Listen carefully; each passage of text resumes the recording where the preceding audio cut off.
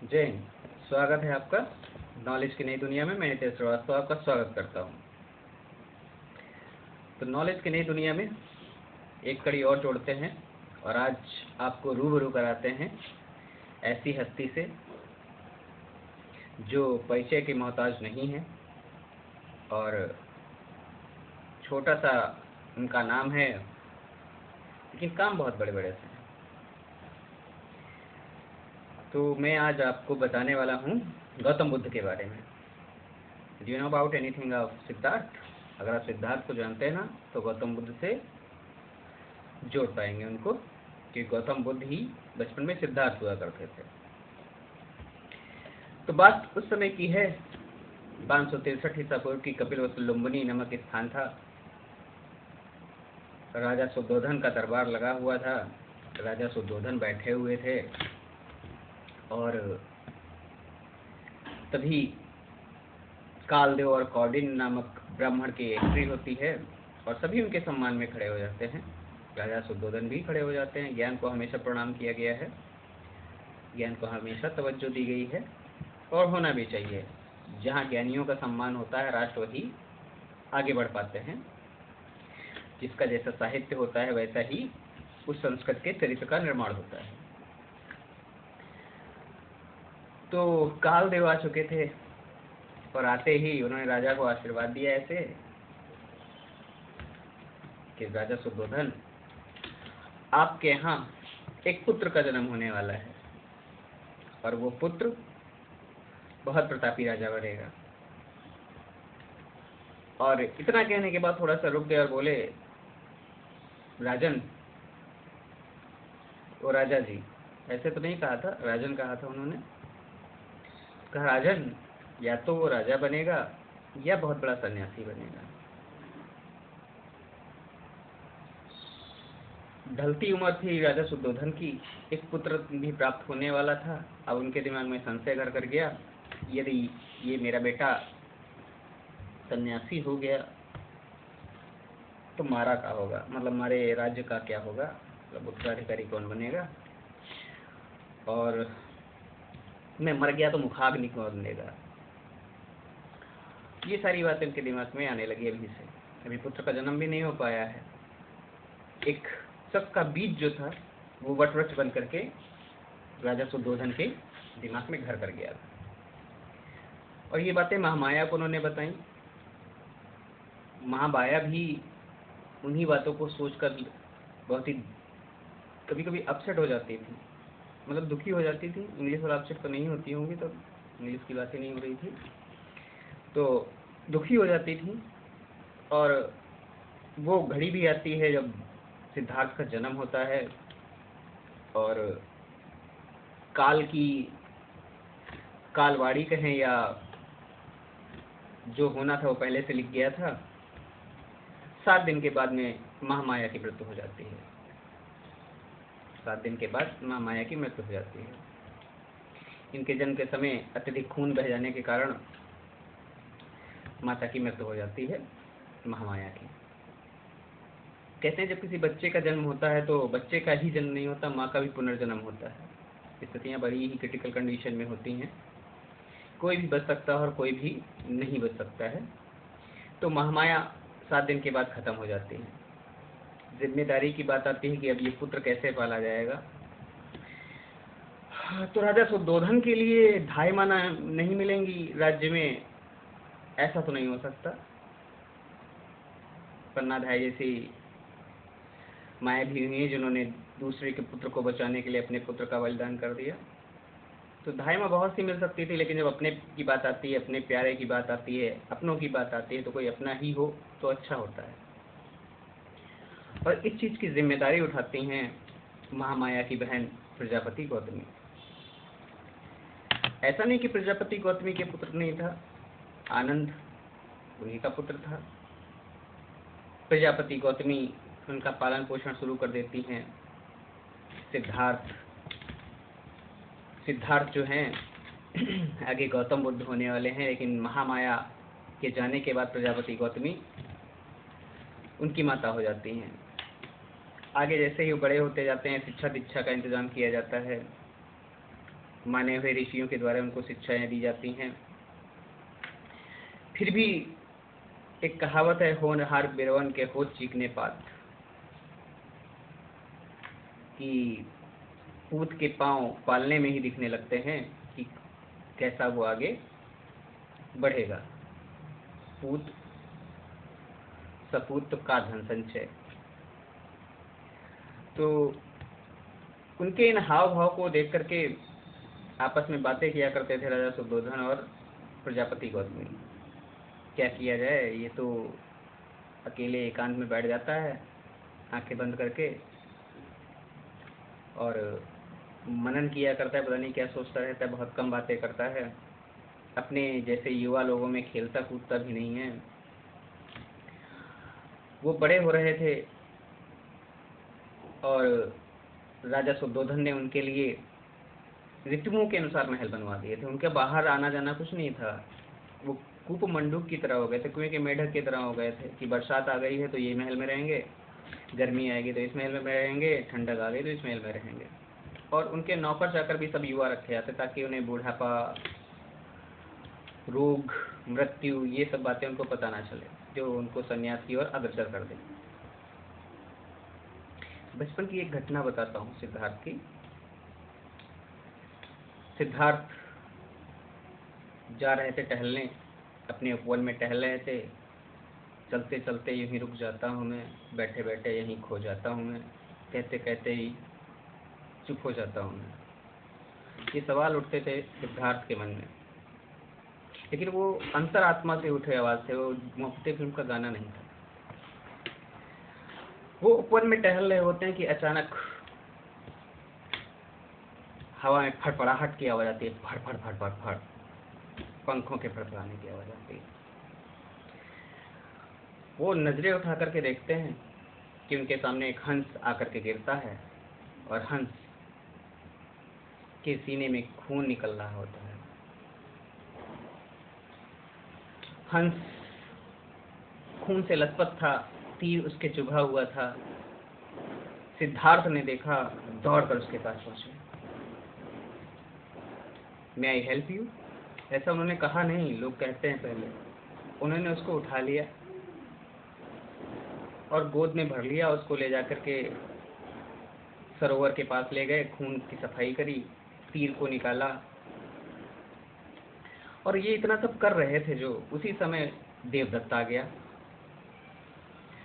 नहीं, अगर आप जानते हैं देवदत्त को तो मैं बता दूं, देवदत्त इनका चचेरा भाई था और देवदत्त ने ही उस हंस का शिकार किया था।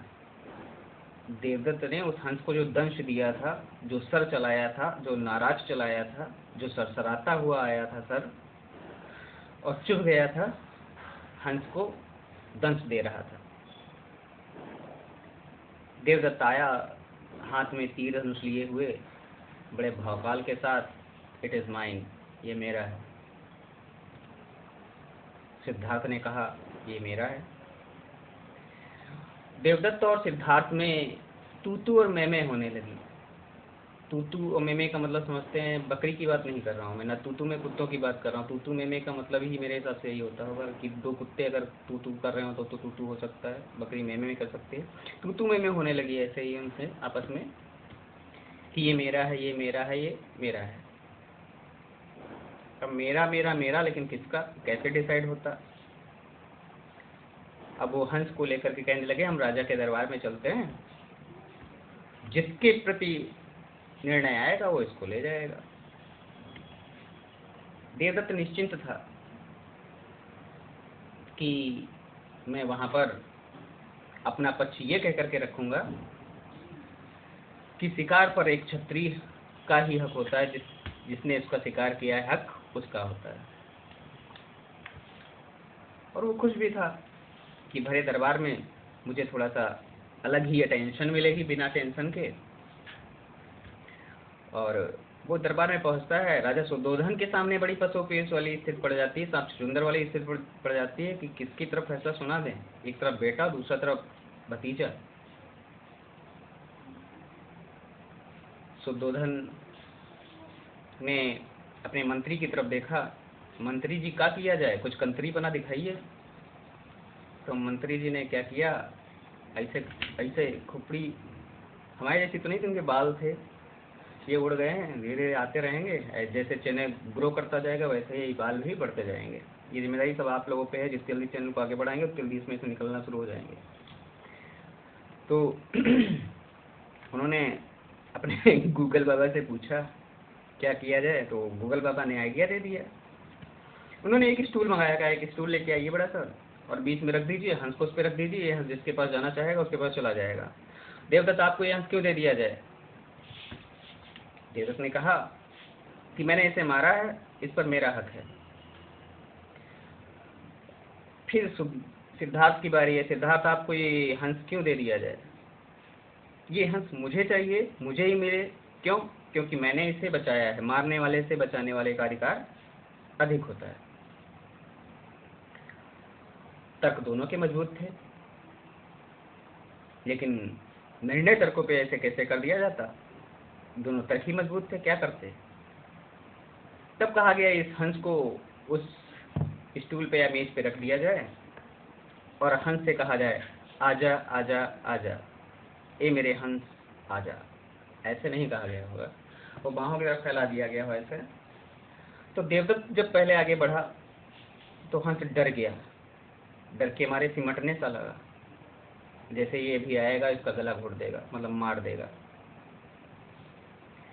तो गाना भी नहीं गा सकता था, मर ही जाऊं मैं, चला जाऊं, क्या करूं, घुट ही जाऊं। कुछ पूरा गाना तो मुझे नहीं पता, कुछ ऐसे अगर रहा होगा तो गाता, अगर कहता।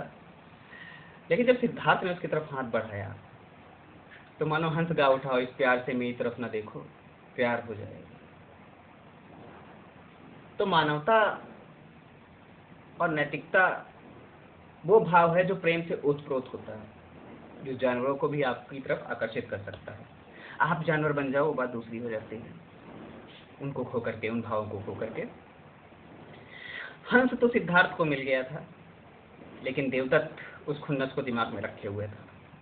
एक बीज बो लिया था उसने अपने मस्तिष्क में, और वटवृक्ष बनने वाला था कि मैं इसका बदला सिद्धार्थ से लूंगा। कहानी आगे बढ़ती है। उम्र के पड़ावों के साथ में सिद्धार्थ भी बड़े हो रहे थे। पहले 12 साल के हुए, 13 साल के हुए, 14 साल के हुए, 15 साल के हुए, और उस उम्र तक पहुंचते पहुंचते जो राग रंग, प्रेम, श्रृंगार, इनसे बांध देने की उनकी कोशिश हुई कि इनको उसमें ही देखें, उसमें ही रम जाएं कुछ। तो इनके लिए नाच गाने की व्यवस्था हुआ करती थी, एक से एक नर्तकियां नाचने के लिए आती थीं, एक से कजरारे कजरारे हुआ करता था। लेकिन कजरारे कजरारे क्या कर पाएगा? दो पलकों भी तो, उनकी पलकों को तो थाम नहीं पा रहे थे कि गौतम बुद्ध मतलब सिद्धार्थ उनकी तरफ देखें। एक बार ऐसी एक घटना आपको बताता हूँ। ये 15-16 साल के थे और नृत्य का इंतजाम किया गया, नृत्य हुआ, नाच गाना सब पूरी व्यवस्था हुई, खाने पीने का सब इंतजाम हुआ। रात में 1-1:30 बजे के समय जब इनका थोड़ा सा क्या बोलते हैं, पार्टी से थोड़ा सा मुक्त हुए, तब इन्होंने देखा सुंदरियों को, जो भी सुंदरियां दिख रही थी वो बदरिया दिख रही थी। हाँ, लीपा पुती होती है ना वैसे करके, कि बाहर देखो तो कैटरीना कैफ, मुंह धुलवा दो तो मोहम्मद कैफ निकल आए, जेंडर पूरा बदल जाए जैसे।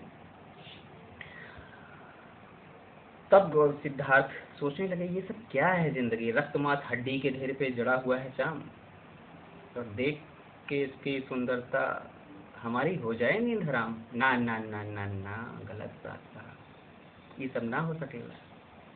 नहीं, ये नहीं कहा था, हालांकि बिहार साइड में थे लेकिन ऐसे नहीं बोल रहे थे।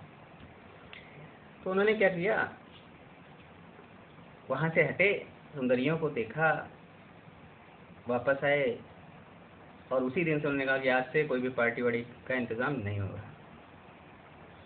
उनको क्या पता था महामाया ने जो प्रजापति गौतमी उनके बाद दूसरी माँ बनी हैं,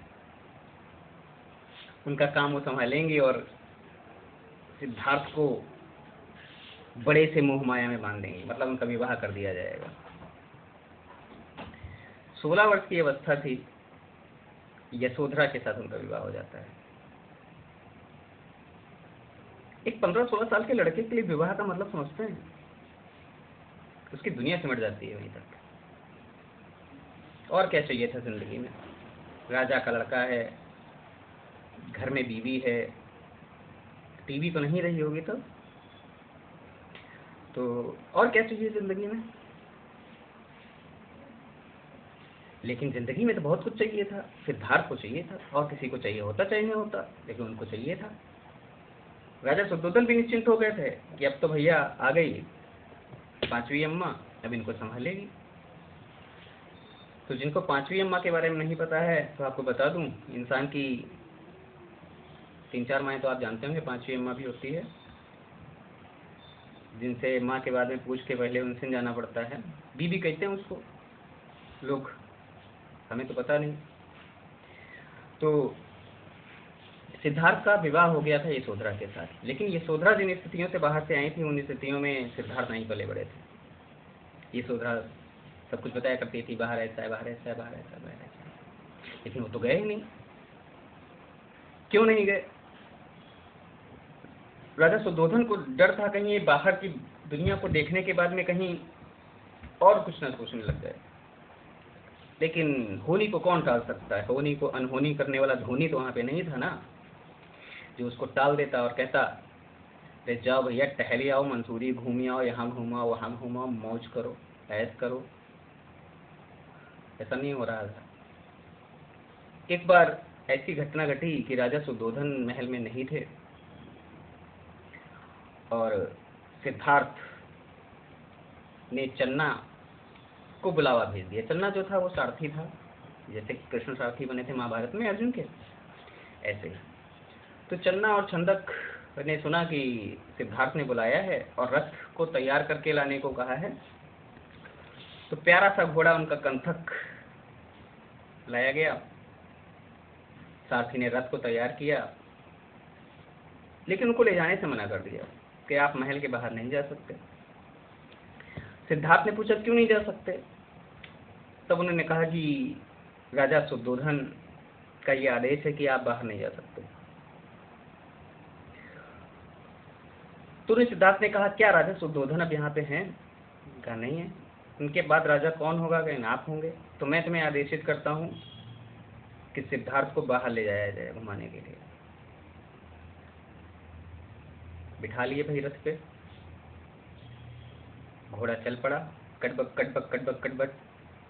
लकड़ी की काठी काठी का घोड़ा नहीं था, वो असली वाला घोड़ा था, कंथक याद रखिएगा। घोड़ा चलता जा रहा है,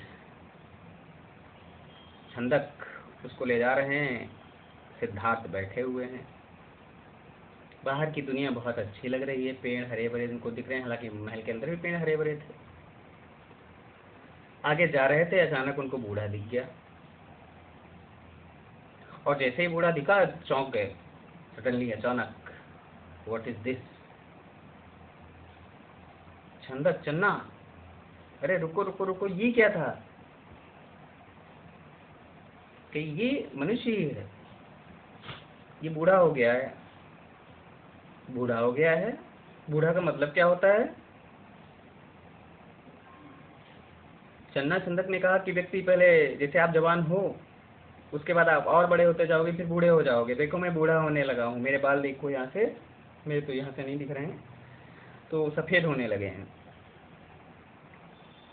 और आपके पिता भी तो बूढ़े हो रहे हैं, आपने ध्यान नहीं दिया, लेकिन हाँ वो जो आपसे मिलने जाते हैं तो इतना फिट होकर के जाते हैं कि आपको पता नहीं चलता है कि वो बूढ़े हो रहे हैं, ताकि आपको पता ना चले कि बूढ़ापन क्या होता है। ये सबके साथ होता है, बिल्कुल सभी के साथ होता है। चन्ना ने बोला ऐसे, चन्ना ने बोला ऐसे, अवस्थाएं बदल जाती हैं। कैसे कैसे? आगे रथ जा ही रहा था कि बीमार व्यक्ति एक दिख गया उनको। बीमार जब देखा कि उल्टी पड़ी हुई है, बदबू सी आ रही है, मक्खियाँ भिनभिना रही हैं, एक दो लोग बैठे पंखा कर रहे हैं, ये क्या है? कहें ये बूढ़ा बीमार हो गया था। पहले आपने देखा था बूढ़ा, ये बीमार है। बीमार है मतलब कि मतलब ये कि इसकी रोग प्रतिरोधक क्षमता खत्म हो गई है, इसकी स्थिति ऐसी ही रहेगी? नहीं, ये मर जाएगा। मर जाएगा मतलब कहें मतलब क्या? सभी लोग मरते हैं, जो पैदा हुआ वो मरेगा, मृत्यु ही सत्य है। अब जिसने मृत्यु देखी ना हो उसके लिए तो अलग ही बात हो जाएगी ना। आगे बढ़े तो उन्होंने देखा कि 4 कंधों पे किसी को लाद रखा है और एक तरफ सब जा रहे हैं, राम नाम सत्य सत्य बोलो मुक्ति है, बातें हो रही हैं ऐसे, उस पर से कुछ फूल वूल उठाते हुए जा रहे हैं। सिद्धार्थ ने पूछा, चन्ना चंदक ये क्या है? What is this? ये नहीं बोला उन्होंने, और ना ही उन्होंने कहा दिस इज व्हाट। उन्होंने कहा ये क्या है। लेकिन ये मर गया है, इसको अपने लोग क्या करने जा रहे हैं? जलाने जा रहे हैं। ये अपने लोग मतलब ये इसके अपने ही स्वजन हैं और इसको ले जा रहे हैं जलाने के लिए। अपने लोग अपनों को जला देते हैं। चन्ना हंसने लगा। जला ही नहीं देते हैं, हड्डियां भी बटोर लेते हैं, फिर गंगा में प्रवाहित कर देते हैं। अच्छा, ऐसा होता है? सिद्धार्थ ने हजारों प्रश्न उपजा लिए खोपड़ी में अपनी, छोटे से 1400 ग्राम के दिमाग में वो पॉइंट घूमने लगे। बुढ़ापा, बीमारी, मृत्यु, सत्य क्या? आगे बढ़े तो एक देखा, आम के पेड़ के नीचे ऐसे हाथ को टेके बड़े आराम से ऐसे लेटा है क्षीर सागर में विष्णु जी सपोआ पे लेटे हुए हैं। सपोआ मतलब वो नाग वाला ना, ठंडा ठंडा रखता था, बढ़िया जगह चुनी विष्णु जी ने, उस पे लेटे ऐसे कंपेयर दैट, वैसे लेटा हुआ। चन्ना से फिर से वही क्वेश्चन, ये क्या है? ये बड़ा सुकून में लेटा हुआ, क्या मतलब? लेकिन ये सन्यासी हो गया, इसने अपने घर परिवार को छोड़ दिया है, मुक्त हो गया है, ये सभी का हो सकता है, इसका कोई नहीं है। कहते हैं इसने सन्यास ले लिया है। वो सन्यास वाली बात जो उन्होंने सुनी, मानो कि सत्यानाश होने वाला था शुद्धोधन और प्रजापति गौतमी के सपनों का, जो उन्होंने जोड़ रखे थे सिद्धार्थ के साथ में।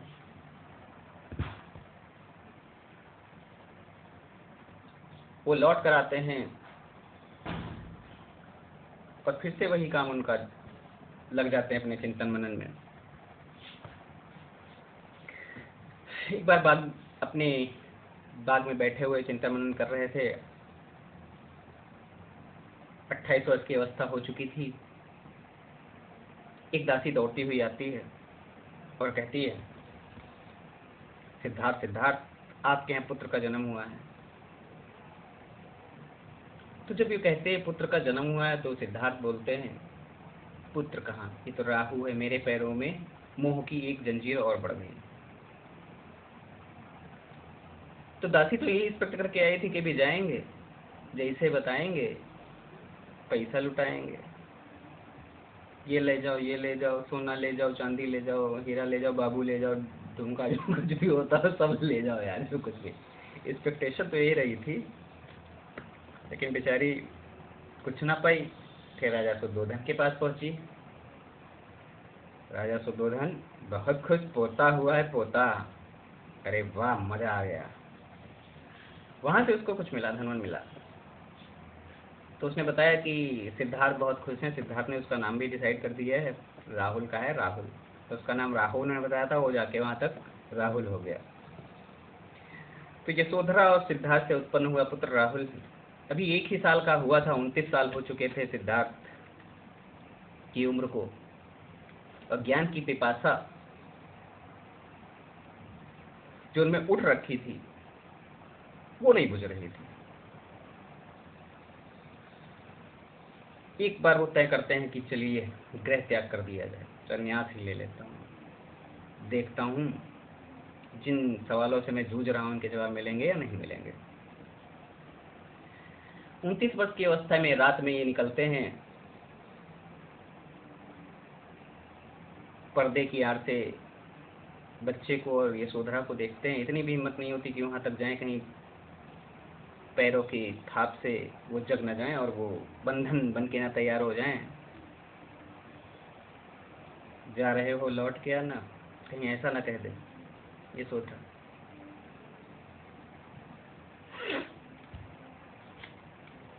सिद्धार्थ निकल लिए, चन्ना को बुलाया, रथ निकला। कुछ दूर जाने के बाद में उन्होंने अपने आभूषण सब सौंप दिए, अपनी तलवार से अपने बालों को काट डाला और एक सन्यासी का रूप ले लिया। अब वो अपने आप से तपस्या करने लगे। ऐसा नहीं कि उनको शिक्षा नहीं मिली थी, लेकिन किसी भी चीज के लिए गुरु होना बहुत आवश्यक है। गुरु के ज्ञान जो होता है वो शिष्य के लिए सीढ़ियों का काम करता है। तो बिना गुरु के ज्ञान ना संभव था, ना है, ना कभी होगा। ये बात सिद्धार्थ को भी पता थी। इनके पहले गुरु आर कलाम जी बने, सांख्य दर्शन से की इन्होंने शिक्षा ली। रुद्रग्राम पुत्र से भी इन्होंने शिक्षा प्राप्त की। और फिर गुरु के निर्देशन में इन्होंने क्या किया, अपने आप को तैयार कर लिया। अब ये स्वयं ही क्या करने लगे, अपने आप से जवाब ढूंढने की कोशिश करने लगे। तो जैसा कि हम देवी देवताओं वाली पिक्चरों में देखते आ रहे हैं या किताबों या पुराणों में पढ़ते आ रहे हैं कि कोई राजा था या ऐसे तपस्या करी, इतना शरीर को कष्ट दिया, तब जाके ईश्वर ने उनको दर्शन दिए और फिर उनको ऐसा हुआ। तो ऐसा ही कुछ सिद्धार्थ अपने साथ प्रयोग कर रहे थे। वो आंखें बंद करके बैठ जाते थे, न भोजन की चिंता, न कुछ, शरीर काया को कष्ट दे रहे थे और जवाब नहीं मिल रहा था।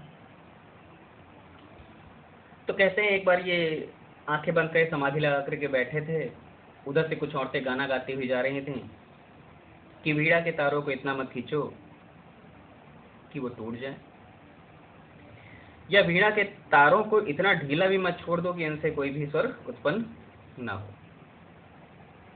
तो शायद नॉर्मल सा गाना है कि वीणा के तारों को इतना कस के ना बांधो कि कोई टूट ना जाए, या इतना ढीला भी मत छोड़ो कि कोई स्वर उत्पन्न ना हो। लेकिन वो सिद्धार्थ है तो छोटी छोटी बातों में वो बहुत अर्थ निकालते हैं। तो उन्होंने वीणा को शरीर मान लिया और तार, सांसों के तारतम्य को जोड़ दिया। उन्हें पता चल गया शरीर को कष्ट देने से ज्ञान प्राप्त नहीं होगा, जवाब प्राप्त नहीं होंगे। वो खुश हो गए, भिक्षाटन करने लगे। जाते किसी के द्वार पे खड़े हो जाते, भिक्षा मिलती तो ग्रहण कर लेते, नहीं मिलती तो कंदमूल फल खा करके जीवन चल रहा था। एक दिन अचानक एक प्रश्न उनके दिमाग में कौंध गया कि मैं भिक्षा लेने के जाता हूँ लेकिन बाहर खड़ा रहता हूँ, ये क्यों नहीं कहता हूँ कि भिक्षा में दे, भिक्षा दो मुझे। इस प्रश्न के लिए आंखें बंद करके बैठ गया। अंततः जवाब मिला उन्हें। जवाब ये मिला कि कहीं ना कहीं आपके दिमाग में अभी भी पड़ा हुआ है कि आप राजा सुद्धोधन के पुत्र हो। जिस दिन ये भाव त्याग देंगे उस दिन आपकी जुबान से भिक्षा में दे निकलेगा। सिद्धार्थ बहुत खुश हुए, मोगेम्बो के जैसा बहुत खुश हो गए। अब तो भैया जो भी भिक्षा में मिलता वो खाते, आराम से खूब खाते, मौज करते, आंखें बंद करके ज्ञान के साथ अपने मौज करते। धीरे धीरे उनके शिष्य भी बन गए, 5 शिष्य उनके बन गए। वो गुरु जी के लिए भिक्षा लाते, गुरु जी उनको शिक्षा दिया करते थे।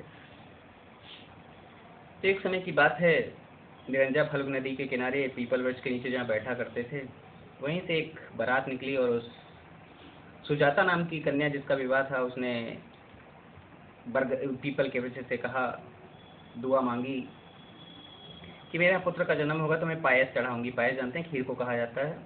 तत्सम में पायस होता है और हिंदी में खीर होता है, और तत्सम में भी ले जाएंगे तो वो क्षीर बोला जाता है।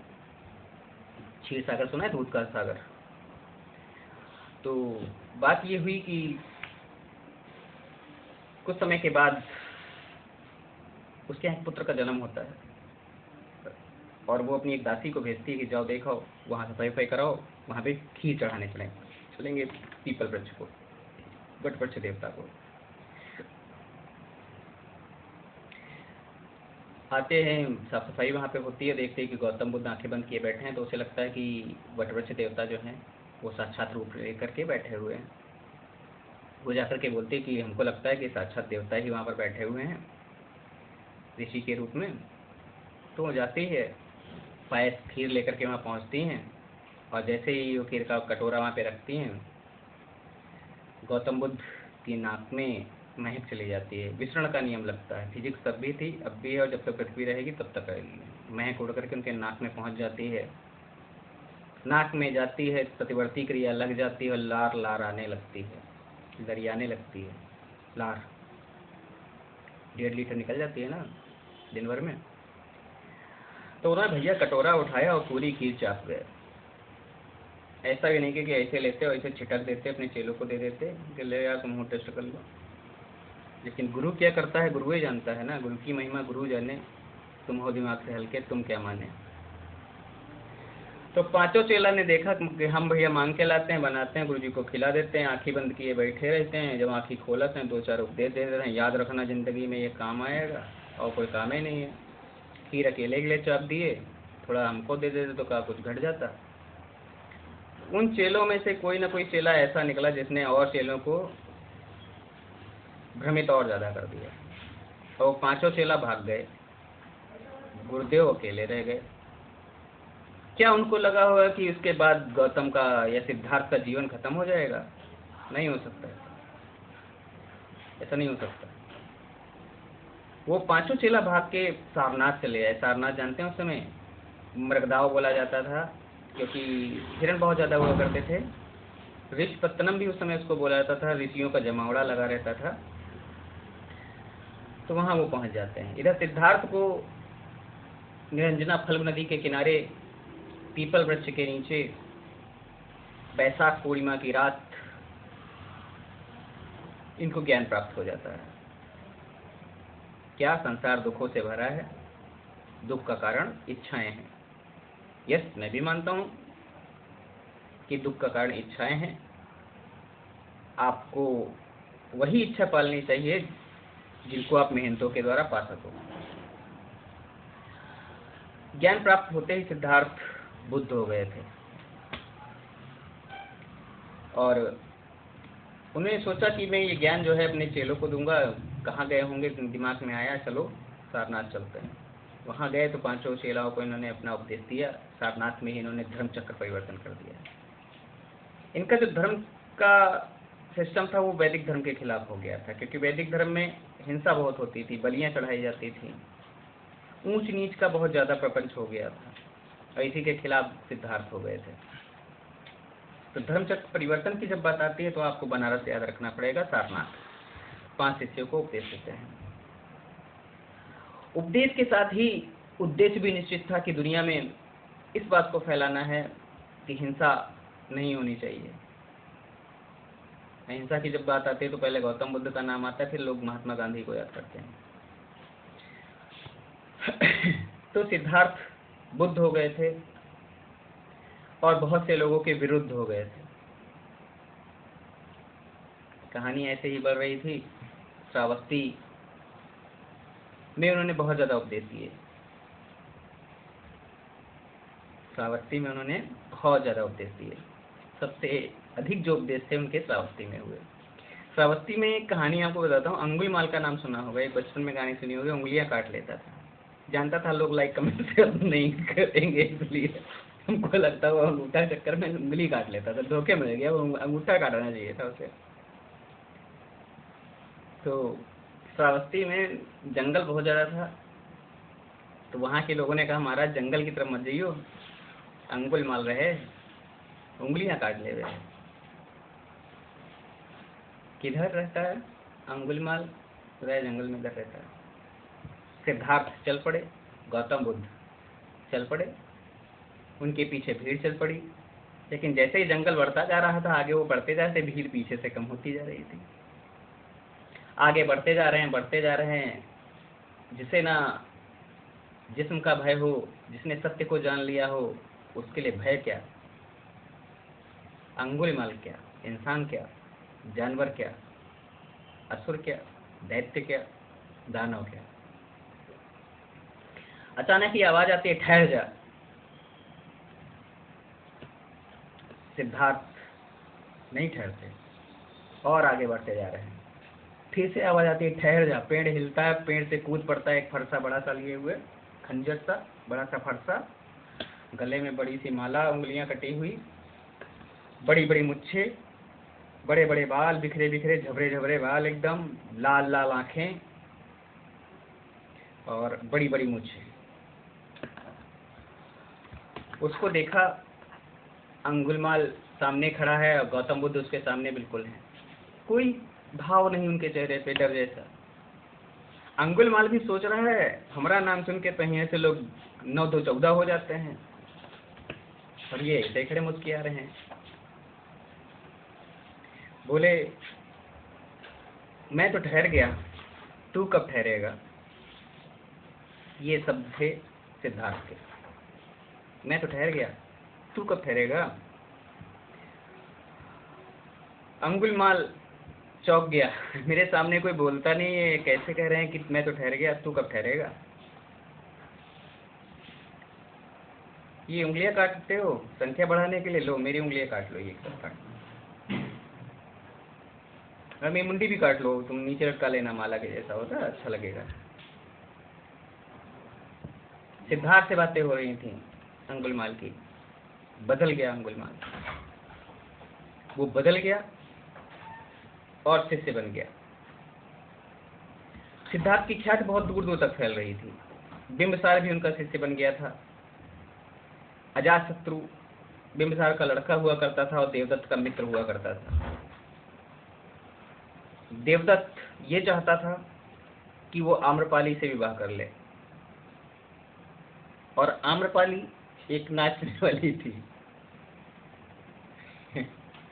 एक नाचने वाली के लिए यार पैसे का क्या मतलब होता है, राइट। एक नाचने वाली को जो पैसा देगा वो नाच चाहिए। बिंबसार भी जाते थे, नाच दिखता था, और वो भी जाते थे तो नाच दिखता था। अब वो उसे घर की बीवी बनाना चाहते थे, नहीं हो सकता, बिंबसार नहीं चाहता था। लेकिन देवदत्त भड़का रहा था अजातशत्रु को कि अपने पिता को मार डालो या कैद कर लो, और गौतम बुद्ध को भी मार डालो। कुछ बहकावे में आकर के उसने अपने पिता बिंबसार को कैद कर लिया था। गौतम बुद्ध आगे ऐसी कहानी बढ़ती जाती है। आम्रपाली के यहाँ भी भोज करते हैं, और एक बार इनको बुलावा आता है, जिनका भोजन करने के लिए जाते हैं, और उसके बाद में वहाँ पर उनको कुछ किताबों में लिखा है सुअर का मांस खिलाया गया, इसके कारण इनको अतिसार रोग हो गया, बीमार हुए। बिंबसार ने जीवक राजवेद को भी भेजा था कि जाइए इनकी सेवा करिए, इनका इलाज करिए। तो गौतम बुद्ध का इलाज कितना भी किया गया, 80 वर्ष की अवस्था में पहुंच गए थे। 563 ईसा पूर्व में कपिलवस्तु लुम्बिनी नेपाल में पैदा हुए। कैंटोन, चीनी भाषा के कैंटोन अभिलेख के द्वारा इसका निर्धारण किया गया है। सोचिए, गौतम बुद्ध अपने यहाँ पैदा हो रहे हैं, नाम जन्म मृत्यु का निर्धारण कहाँ से हो रहा है, चीनी भाषा के कैंटोन अभिलेख के द्वारा रह रहा है। सोचिए हमने कितना उनकी चीज़ों को संभाल के रखा होगा, हैं। या धर्मों की लड़ाई आपस में कैसी रही होगी कि एक दूसरे को नष्ट करने में लगे रहे होंगे। 80 वर्ष की अवस्था में कुशीनगर में इनकी मृत्यु हो जाती है। मृत्यु होती है हिरण्यवती नदी के किनारे, और मृत्यु के बाद इनका अंतिम संस्कार कर दिया जाता है, और बौद्ध संगीतियाँ आ जाती हैं। बौद्ध संगीतियाँ जब शुरू होती हैं, तो जब इनकी मृत्यु हुई थी 563 ईसा पूर्व में, उसके बाद में पहली बौद्ध संगीत होगी। 4 जो बौद्ध संगीतियाँ रहीं वो आपको याद रखनी है। पहली होती है राजगृह में, दूसरी वैशाली में होती है, तीसरी पाटलिपुत्र में होती है, चौथी कुंडल कश्मीर में होती है। पहले में जो हुई थी वो अजातशत्रु के समय हुई थी, दूसरी कालाशोक के समय होगी, तीसरी अशोक के समय होगी, और चौथी कनिष्क के समय होगी। तो इस तरीके से बौद्ध संगीतियाँ होती हैं। दूसरी बौद्ध संगीत में स्थविर और महासंगीत में बढ़ जाता है संप्रदाय, बौद्ध संप्रदाय। और चौथी बौद्ध संगीत जो होती है, वहाँ पर उभर जाता है हीनयान और महायान में। वज्रयान भी इसमें से एक शाखा बन करके निकलती है।